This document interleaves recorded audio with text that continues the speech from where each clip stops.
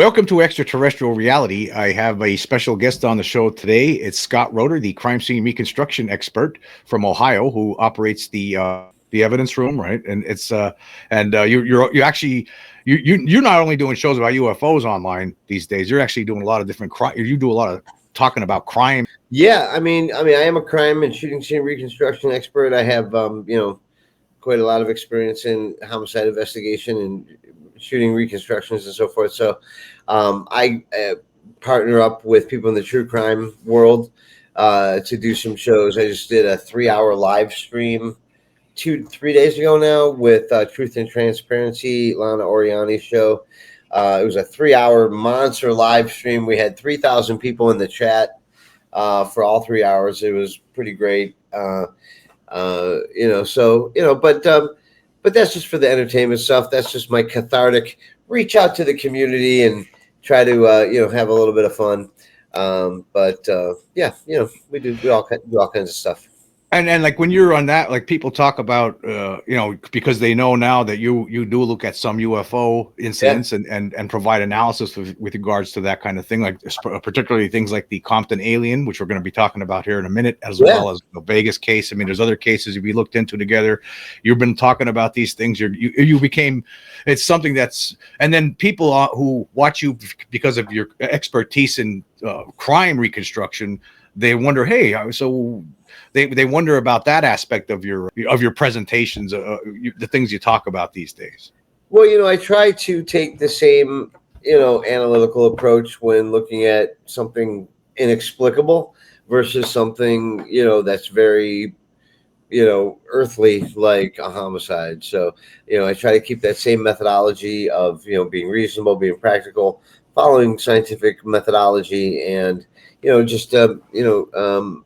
just trying to give a common sense approach to identifying things that could be complex or confusing, that either there's physical forensic evidence, testimony, and or video footage. But ultimately, it's like we always used to say in the Las Vegas case, in any case, whether it's a homicide, whether it's a UFO situation, something phenomenon, or even a conspiracy, right? You look at the totality of the evidence, the totality of the circumstances, and the interrelationship of the evidence. And sure, do coincidences happen? Yes. But I think more often it's where things have a point of convergence where you can move away from coincidence and start looking at what I would consider objective facts. Now, most recently, you and I had talked with Jessica Ortiz, who's a Compton resident, and she's the person who provided that incredible ring camera footage of this apparent creature that was walking near her house on June 5th, just after 1 a.m. And you actually, we just did a show this week on your podcast, Crime Scene Time Machine, where you presented this. Very, very interesting 3D model that's somebody that works for you had put together, and I thought it was really interesting to give us an idea of what this thing looks like.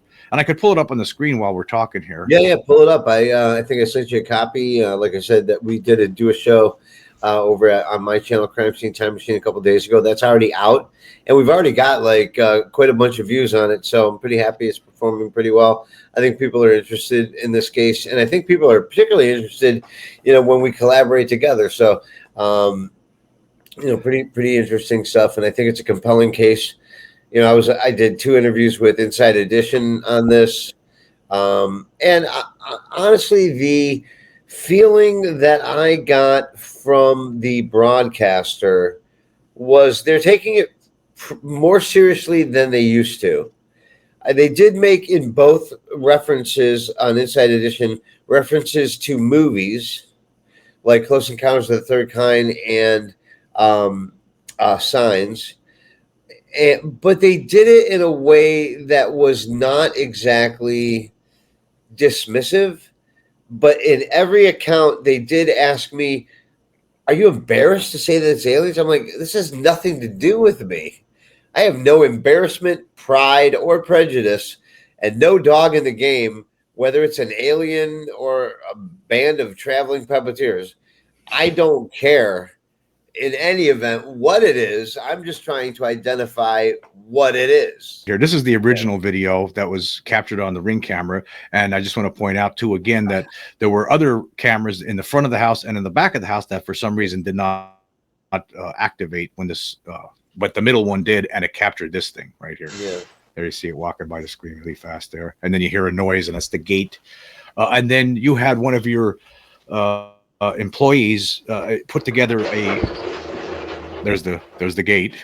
This is I thought was very, very well done. Yeah. Well, what we tried to do here, and I'm going to give credit to my newest employee, Via, very, very talented young lady here from Huron, Ohio. And she's our newest addition to the team. And her training as a medical illustrator and 3D modeler is that in modeling human biology and animal biology to build the 3D models that are biomechanically functional, right? And since most of these alleged creatures have humanoid type feet, 2 arms, 2 legs, and a head, you kind of can extrapolate when you see a partial body, kind of what's going on in the darkness. So, we took the relative scale, the side profile image, which was the best profile view we had of the creature, and did modeling both on movement, gait, height, thickness, and so forth. And then, so this is what we came up with. And then we took the textures and kind of superimposed them after we made scale onto the actual image to the right. And you can see it's really bringing out all of that. It's kind of clarifying that fuzziness of what we see. So I feel fairly confident that the image that we have here in the 3D reconstruction is pretty accurate. I'd say as accurate as say a police sketch of, from an eyewitness, probably even a little bit better than that. Yeah. So people who are listening to the show and not seeing it, on the right side, there's a still image, a profile of this creature that was seen in Compton that on the Ring camera footage. The original footage is on the right, and on the left is a 3D reconstruction of it where there's a lot more detail, so you could get a better idea of what this thing might have looked like. This is, I think it's really interesting. I mean, and this was, I'm going to let this play out now a little bit because I did something else. I think, and I was talking to you before the show started, to me, right? Yeah. This actually, I made a mistake actually in your show yesterday, which I thought it was a very good show, or a couple of days ago that we did that. And you just put it on Spotify yesterday. Let me just, I'm going to take that off for a minute. I thought, it was a really, really good show, I thought. So I think people, make sure everyone checks out. I'll leave a link again in the description. So if you haven't seen that other episode, I highly recommend you check it out. And anyway, I made a mistake in that show, though. I said something to the effect of that being that we're looking at in this Compton case. It looked different to me than other creatures. But then later on, I did some more research and I came up with something that I think it actually looks like one of the beings from the Allagash incident, from the Allagash 4 incident from 1976, which I talk about a lot on this show. There was one of the creatures from the Vegas case looked very similar to to one of the creatures from the Allagash incident. One of the people, there were 4 young guys that went camping and in the Allagash wilderness. And this is, I'm just going to pause it on for a second here. This is one of the drawings of one of the aliens that they experienced during that incident. It happened in 1976. It took over 10 years until 2 of them started having dreams and remembering what happened to them. They had a missing time incident. They remember all remember seeing a UFO, but the part they didn't remember was all getting brought on a ship, and it was against their will. And after they, went under hypnotic regression, this is some of the drawings, and this is one of them. And this one here, to me, looks very similar to the Compton one. What do you think? Yeah, well, I think there's a side by side. Yeah, I think there's a lot of similarities there. And to me, this reinforces a previous hypothesis that I have that this is that this could be. I want to be careful with my language here. This could be some sort of an exoskeleton suit or some type of an avatar suit that is being controlled from a distance or automatically or remotely, or it's some breathing apparatus. It could be an atmospheric suit, vision enhancement.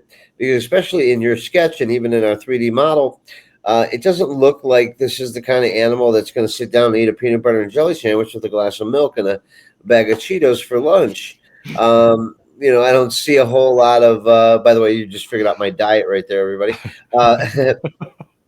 But it doesn't look like something that is like an organic, natural being.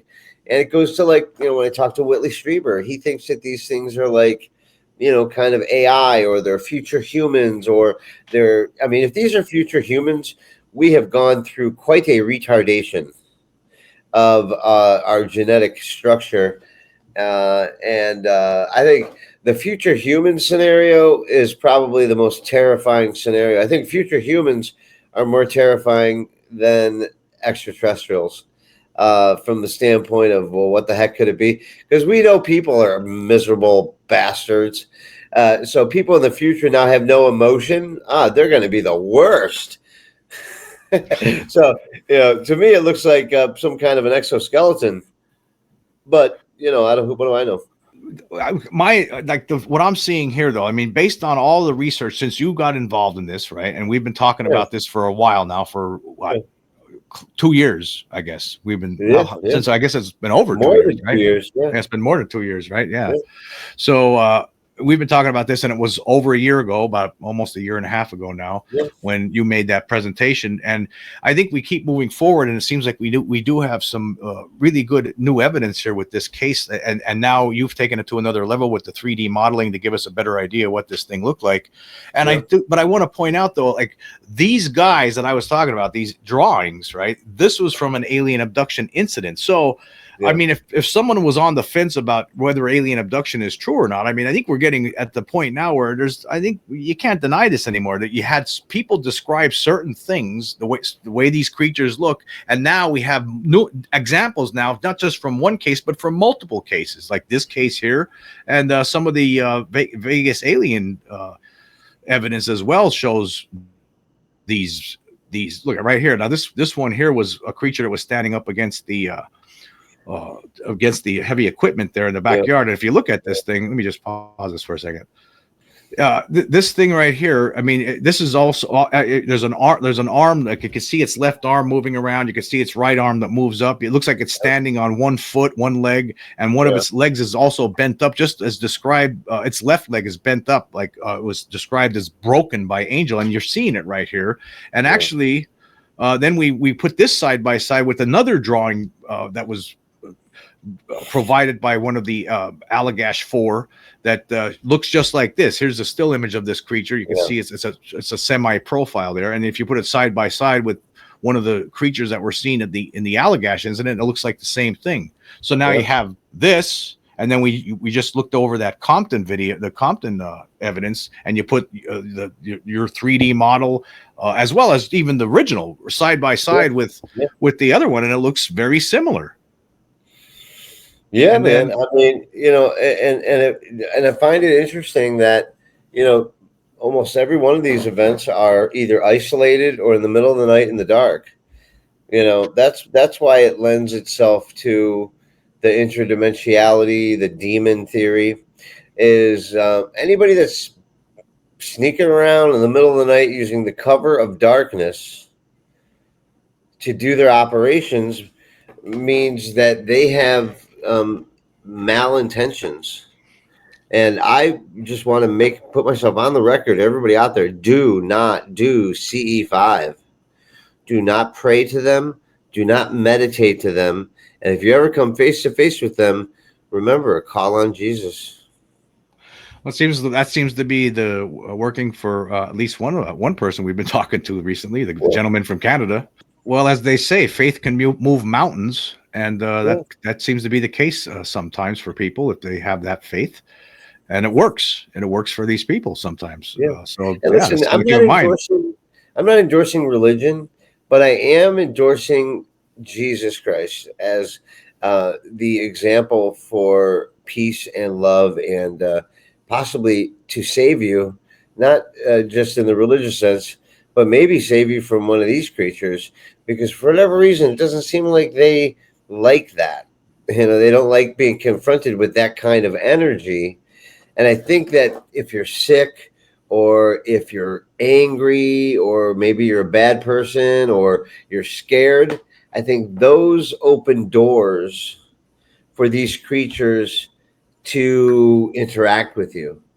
I don't see these creatures popping in the middle of the night of people who have a pretty great life. I see these people popping in the middle of the night as opportunity predators. And if in the crime scene world, we look at predators. They go for the vulnerable. Right? They visit children. They visit sick. They visit isolated, or people in the middle of nowhere. They don't land in populated Chicago, New York, Miami, Cleveland, Philadelphia in the middle of the day, and go to a coffee shop, or go to the cheesesteak place, or you know what I mean. They Yeah. sneak around in the middle of the night like a bunch of goons.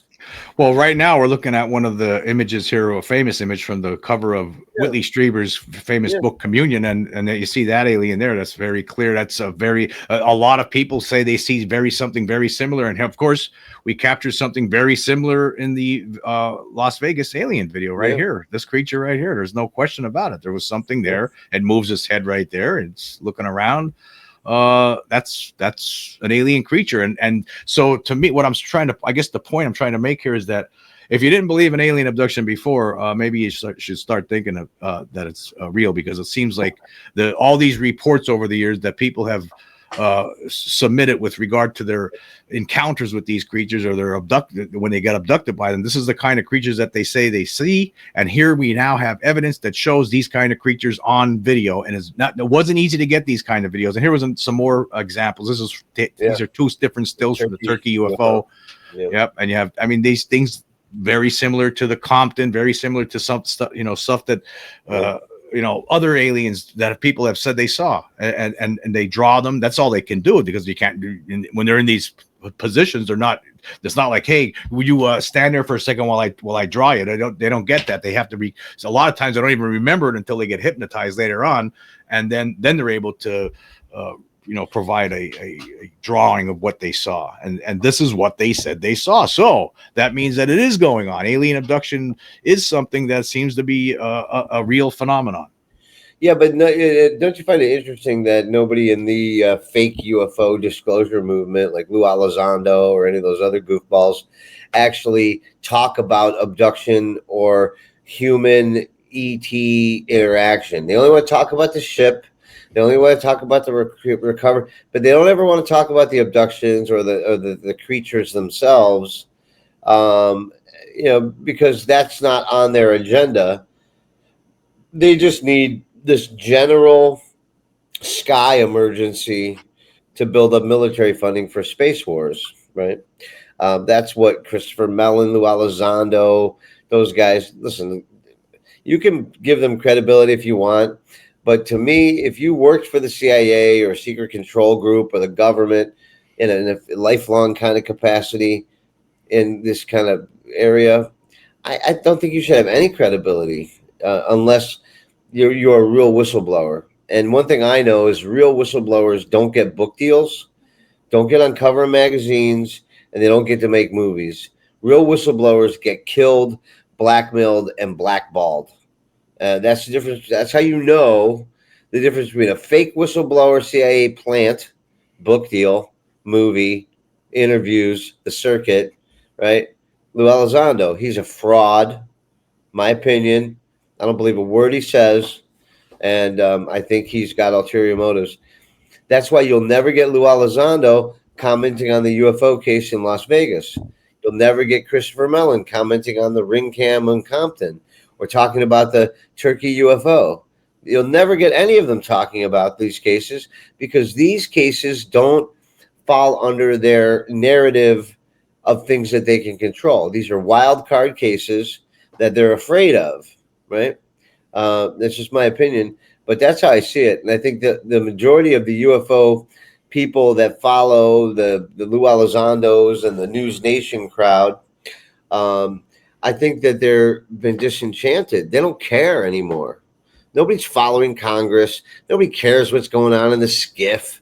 Representative Luna, nobody cares about her. Nobody cares about the government. And if we wait for the government to tell us what's what, we're going to wait until we're dead. Nobody should concern themselves with anything regarding the government and UFOs.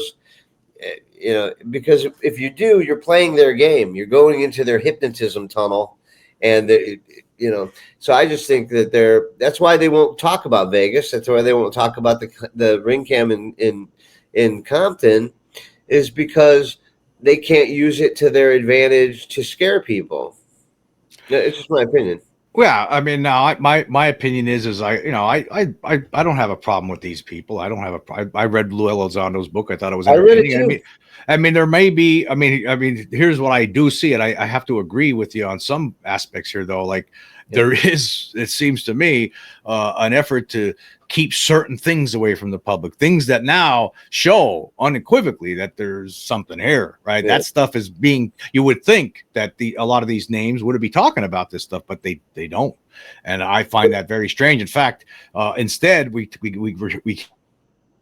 talk about something's going to happen next week. Next week, we're going to do this. We're going to do that. But you never, ever get the evidence. When we present as evidence, nobody will, that's a step too far. Oh, don't go there. Hey, Jim. No, that's too much. I know where something's buried, but I'm not going to tell you. I'm not going to tell you. But you know why? Ross Goldar. Yeah, because it makes me feel important that I know something you don't know. Yeah. Right. And that's what these things are all about. It's like, oh, I know something you don't know. I got to meet a guy in a back alley and he gave me a piece of paper and now I'm smarter than you because I have a secret. And I think a lot of that stuff is misinformation.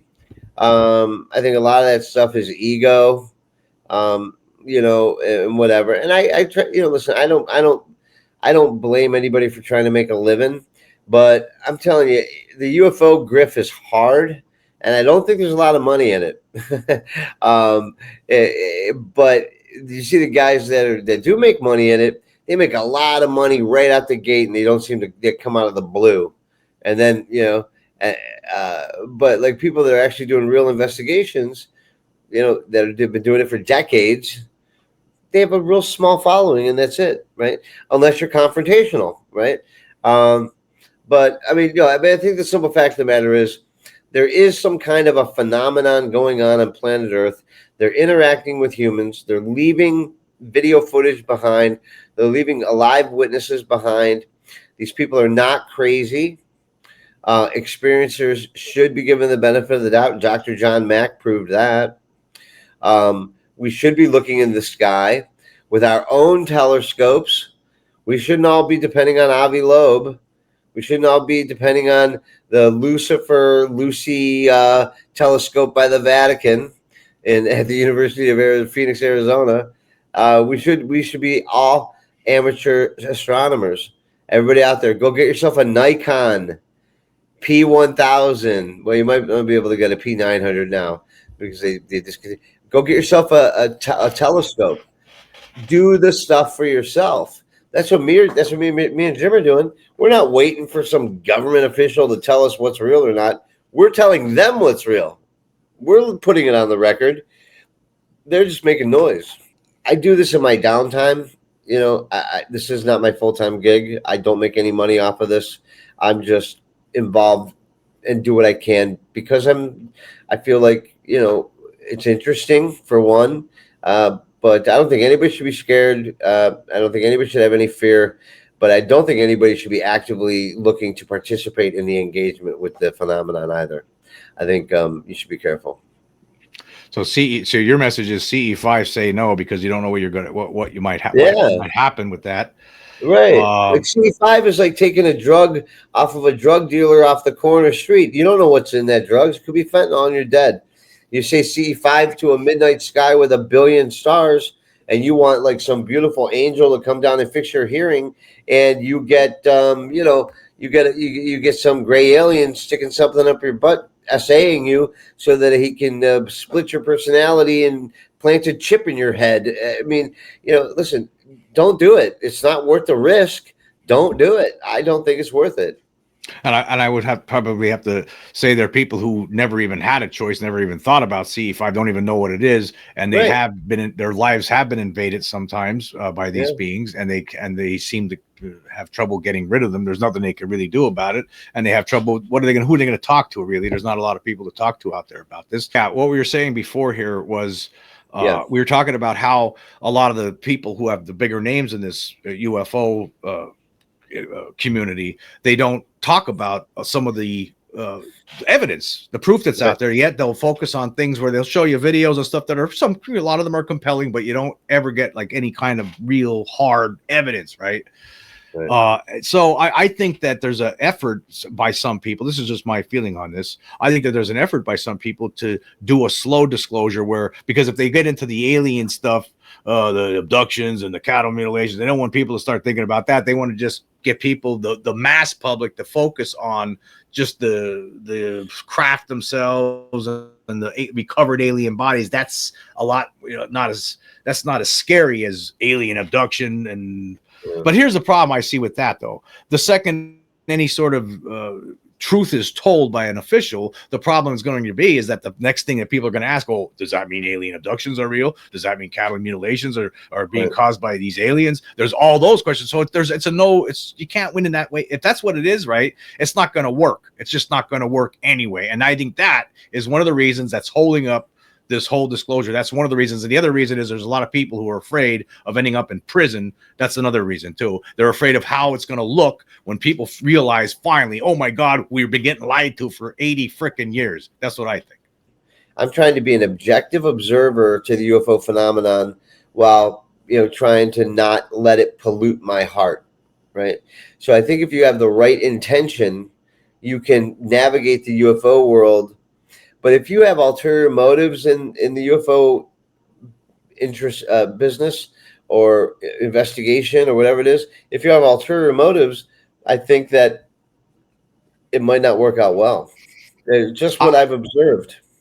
I think what I want from the government, I just think it's going to take an official for the world to understand what the situation is. It's going to take officialdom for the world. It's not going to, someone like me sitting here showing the evidence is not going to, you need an official to tell the truth. I just want that acknowledged. I want to see that acknowledgement from the government. There may be reasons that we don't know about why they need to keep it secret. Yeah, I know we're not going to see it happen, but that should be right. It should, but it's not. And maybe there could be another incident someday where it's another Phoenix Lights or something where everyone just finds out the hard way. I was on Twitter today, on X today, and I debunked a very prominent UFO video that has been going around, and a lot of people were asking me to try to look into it. And I looked into it. I did about, maybe 45 minutes worth of work on it, and I found out very clearly that it was most probably a CGI effect. And I immediately, was like, hey, my opinion on this, I pretty quickly debunked it. It took me about an hour to debunk the video. And what was this? What was it, an alien or a UFO? It was a triangle UFO video. Like the TRB-3 with the red light. Yeah. Like in the clouds and stuff. And the people were like, it was on Twitter. I debunked it earlier today. It only didn't take that long, but clearly there was the image had too much stabilization, and it was clearly a motion track VFX graphic with stabilization in there. Because one thing I know about real UFO sightings is they're never 100% clear, and whoever the camera operator is always shaky. And to have a perfectly unshaky UFO with no mystery around it really pricked my ears up, and after not that long of a time, it was pretty easy to debunk it. Okay, just one more thing. You are planning on doing some more, one more little thing you want to do with this Compton case when you get out to California. You're going to fly up a drone to film at the top of the roof, because in that story, before the ring camera was activated, 15 minutes earlier, in a house next door to Jessica Ortiz, where her aunt lives, she heard thumping on her roof and then scratching sounds, and she was so scared that she went into another room and started praying, and then the incident happened with the ring camera. So you want to see if you could see what's on the roof there. Yeah. Well, we don't get, we don't get a whole lot of rainy weather in Los Angeles, so the chances are good that if something landed on the roof or walked around in that roof and made any damage to the tiles, I'll be able to see it. So I'm going to throw a drone up there, and if it's a no-fly zone, I'm just going to climb up there and look at it for myself, with the permission of Jessica and her aunt, and I'll report back. And this case may continue to develop. Listen, Vegas might continue to develop. All these cases are ongoing investigations.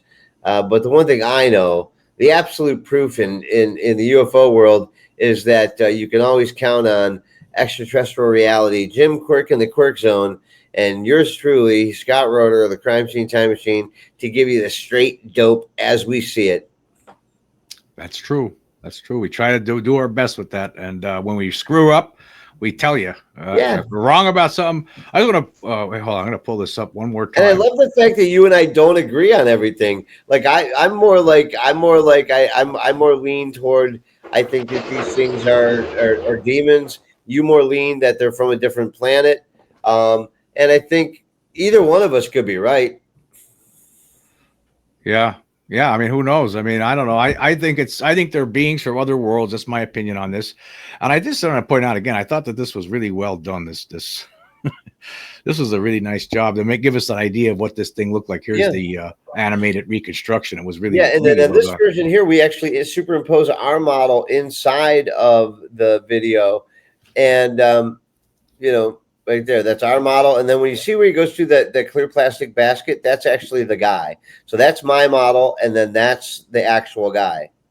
Right? Yeah, that's one thing I mentioned this on your show the other day. Is like a lot of people keep saying, "Oh, you can see it through the basket. That means it's CGI." I don't know how they don't understand that it's a clear basket. It was a clear plastic basket. That's what it is. Yeah, clear plastic basket. Something you would put a plant in, or you put your whatever.